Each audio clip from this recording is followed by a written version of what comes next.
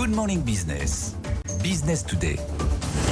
Notre invité à 7h20 s'apprête à faire une entrée fracassante à la Bourse de Paris aujourd'hui. Exosens vise une valorisation d'1 milliard d'euros. Bonjour Jérôme Cerisier. Bonjour. Vous êtes le directeur général d'Exosens, anciennement Photonis, pépite française de la défense, spécialiste de la vision nocturne, qui avait failli passer sous pavillon américain, on y reviendra. Vous équipez notamment nos forces spéciales. Alors vous faites vos premiers pas en bourse ce matin et d'ores et déjà la demande semble au rendez-vous puisque vous avez relevé votre offre. Alors absolument, nous avons relevé notre offre, mais nous sommes une société qui est de haute technologie, de très haute technologie, présente dans l'amplification, la détection, la lumière, et nous servons de nombreux marchés, dont la défense. Donc nous servons la défense, mais aussi le contrôle industriel, les sciences de la vie et le nucléaire. Donc oui, nous avons relevé notre offre, donc nous allons lever maintenant 400 millions d'euros à peu près, y compris la surallocation, de manière à continuer à financer notre développement. Et pourquoi ce choix des marchés plutôt que le private equity par exemple ? Alors, Photonis puis Exosens ont eu une très longue histoire. On arrive à un stade de développement où on a besoin de financer une stratégie de croissance sur le long terme, des nouveaux produits, des nouvelles applications. Donc, continuer à investir dans la détection de méthane, dans la détection des pannes sur les lignes électriques. Donc, nous avons besoin de financer ça, et à la fois de manière en développant des nouveaux produits, mais aussi en réalisant des acquisitions pour renforcer notre plateforme de technologie. Et donc, cette cotation nous permettra de développer cette stratégie-là sur le long terme en ayant la bonne structure financière.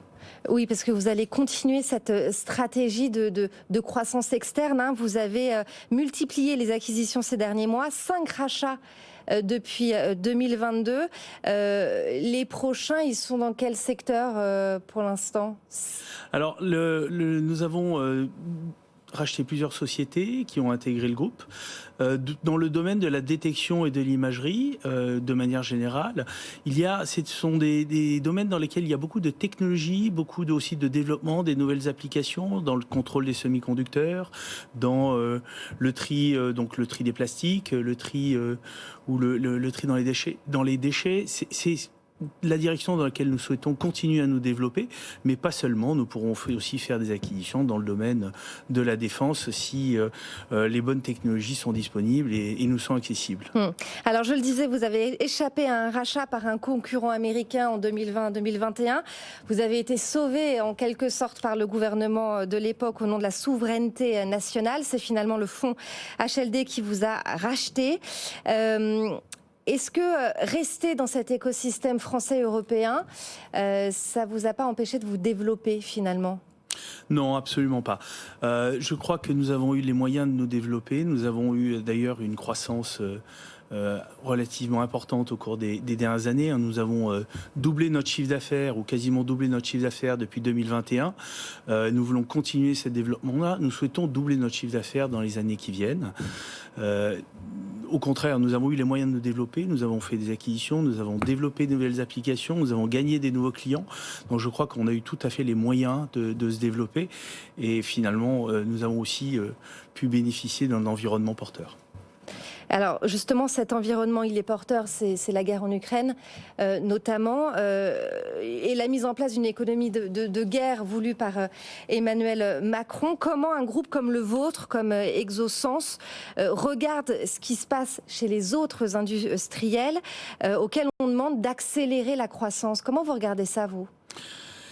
Bien, nous l'avons fait. Voilà, nous l'avons fait. Accélérer la cadence, pardon. Oui. Ouais.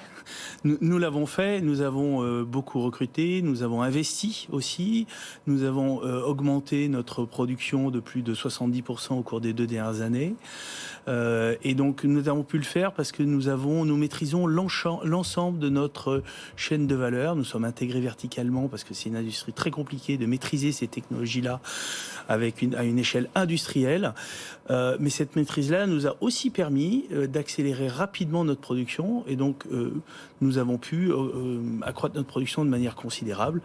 Donc nous continuons à investir, nous avons une capacité maintenant accrue, nous pouvons faire face à la croissance qui vient.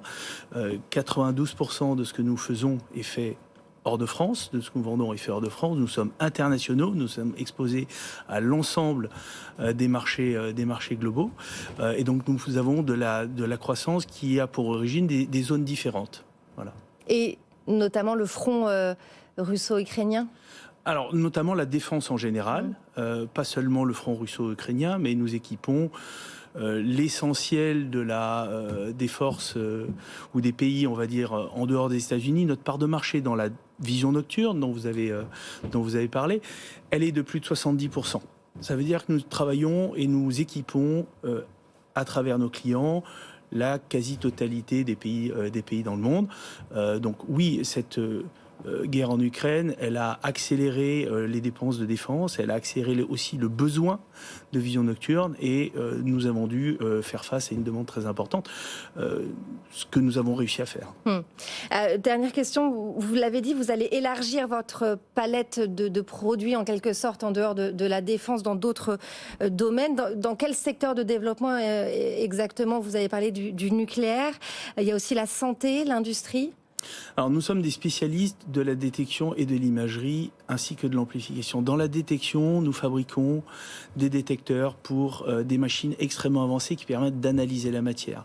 On va faire des machines pour des spectrographes de masse qui contribuent à la recherche pharmaceutique, à la recherche médicale, dans la santé. Nous faisons des caméras qui permettent de faire du contrôle industriel, permettent la communication, permettent aussi finalement d'analyser et de s'assurer que tout ce qui est produit est de bonne qualité, n'est pas pollué, a les bonnes propriétés. Donc nous voulons continuer à faire ça. Ce sont des secteurs dans lesquels nous pouvons nous développer encore et nous souhaitons continuer à le faire. Et on vous le souhaite en tout cas et bonne chance pour cette introduction en bourse ce matin. Vous visez, je rappelle, une valorisation d'1 milliard d'euros. Merci Jérôme Cerisier, directeur général d'Exosens.